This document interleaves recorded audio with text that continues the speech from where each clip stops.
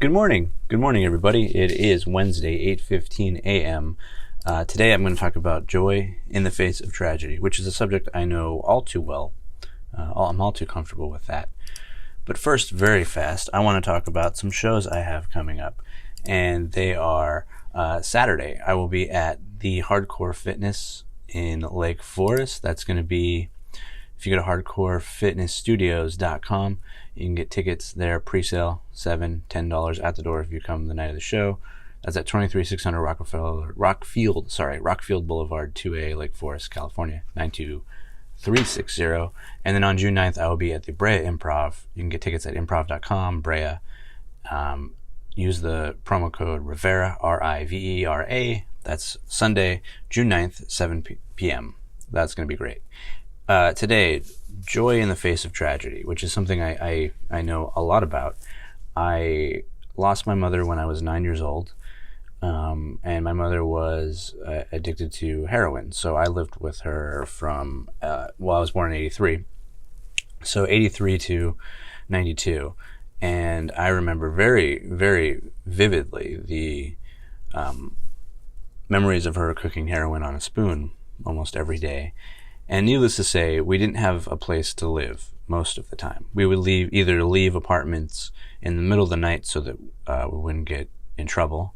So leaving all of my earthly possessions, which is, I think, why I now don't really have much attachment to stuff.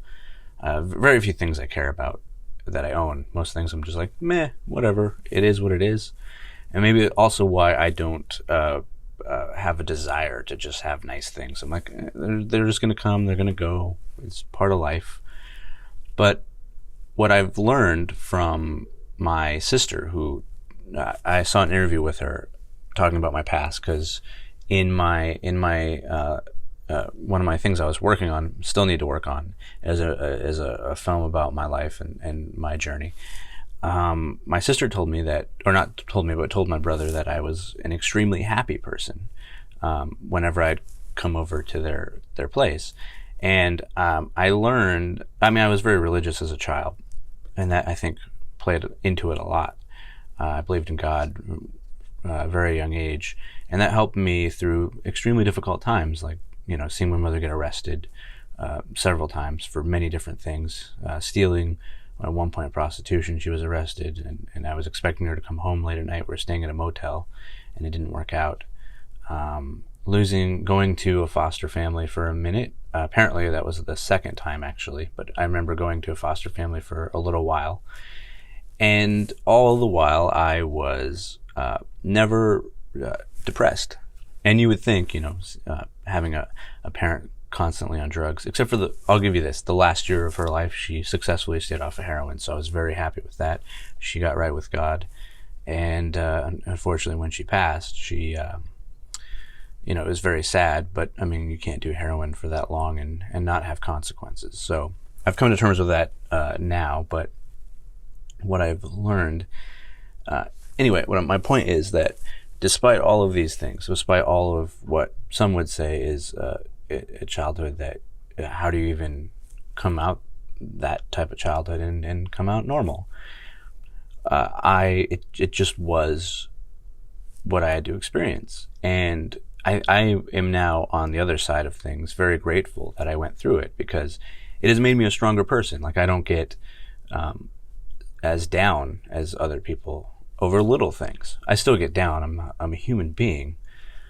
I remember a little while ago, I was trying to chase this entertainment dream, and for a minute there, I thought I was going to lose everything. I thought I was running out of my savings, and I thought I was going to be homeless. But as God does, just when I thought things were at their worst, I got the job I have now. A comedian that I know called me and said, "I have a job offer. Would you take it?" And I said, "Absolutely." And I did, and now I work professionally in the comedy industry. But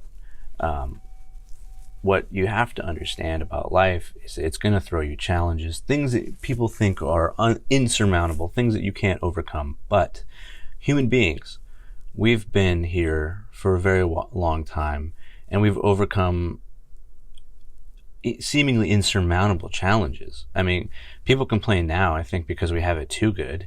I mean, I don't complain, but other people seem to complain all the time. Like, things are horrible. And I go, no, they're not. Not at all, actually. You know, compared to what I went through in childhood, things are amazing right now. I don't know why anyone complains. It doesn't even, like, in my brain, I always go, you guys don't make sense. You're complaining because of laws? What are you, pansies? And so people complain all the time, and I just want to tell them, like, you can get through it. I mean, even if you think something is not going your way, you can overcome it. I mean, I look at my life and I go, I should have probably died several times. I mean, even at birth, I was born addicted to heroin because my mom was an intravenous drug user, and I didn't die then. I didn't die when I had my DUI in 2016, when I could have died in a fiery crash. Luckily, I didn't hurt anyone else, just almost killed myself. Did not die then. I think there was a reason for it. And what I've learned is you have to have perspective about everything in life, even the bad things, because you can't avoid them, and they are going to be horrible, and they're going to be painful in the moment. But you will get to another side of things because, as I said, human beings are resilient. And there's people that lose limbs and come out happier than they were when they had fully functioning bodies.